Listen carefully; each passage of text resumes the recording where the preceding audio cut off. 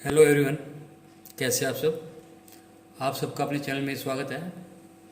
आज मैं आपको पंचतंत्र की कहानियों में से एक कहानी सुनाने जा रहा हूँ जिसका टाइटल है सियार की रणनीति। इस कहानी के लेखक हैं पंडित विष्णु प्रसाद शर्मा।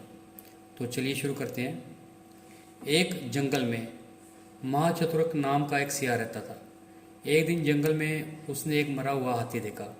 उसकी बाछें खिल गई। उसने हाथी के मृत शरीर पर दांत गड़ाया, पर चमड़ी मोटी होने की वजह से वह हाथी को चीरने में नाकाम रहा। वह कुछ उपाय सोच ही रहा था कि उसे सिंह आता हुआ दिखाई दिया। आगे बढ़कर उसने सिंह का स्वागत किया और हाथ जोड़कर कहा, स्वामी, आपके लिए मैंने इस हाथी को मार रखा है। आप इस हाथी का मांस खाकर मुझ पर उपकार कीजिए। सिंह ने कहा, मैं तो किसी के हाथों मारे गए जीव को खाता भी नहीं, इसे तुम ही खाओ। सियार मनी मन खुश तो हुआ, पर उसकी हाथी की चमड़ी को चीरने की समस्या अब भी हल न हुई थी। थोड़ी देर में उस तरफ से एक बाघ आता दिखा। बाघ ने मरे हाथी को देखकर अपने होठ पर जीभ फिराई। सियार ने उसकी मंशा भांपते हुए कहा, मामा, आप इस मृत्यु के मुंह में कैसे आ गए? सिंह ने इसे मारा है और मुझे इसकी रखवाली करने को कहा है। एक बार किसी बाघ ने उसके शिकार को जूठा कर दिया था। तब से आज तक वे बाघ जाति से नफरत करने लगे हैं।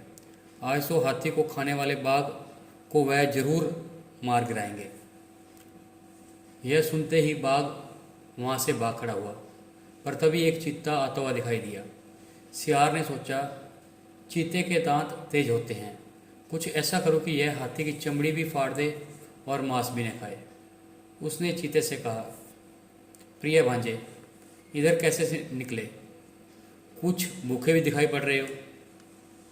सिंह ने इसकी रखवाली के लिए मुझे रखा है, पर तुम इसमें से कुछ मांस खा सकते हो।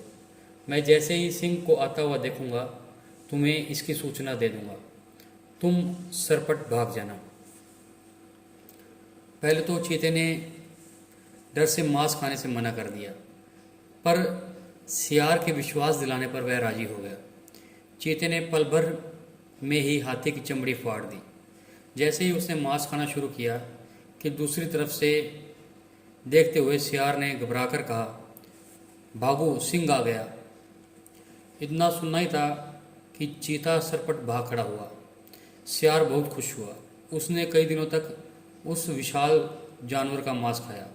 सिर्फ अपनी सूझबूझ से छोटे सियार ने अपनी समस्या का हल निकाल लिया था।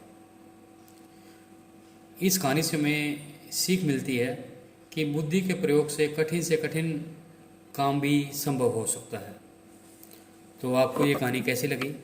अगर कहानी पसंद आई तो वीडियो को लाइक कीजिए, शेयर कीजिए और चैनल को सब्सक्राइब कीजिए और बेल वाला बटन ज़रूर दबा दें ताकि हम ऐसी कोई और वीडियो डालें तो उसकी नोटिफिकेशन आपको मिल जाए। Thank you.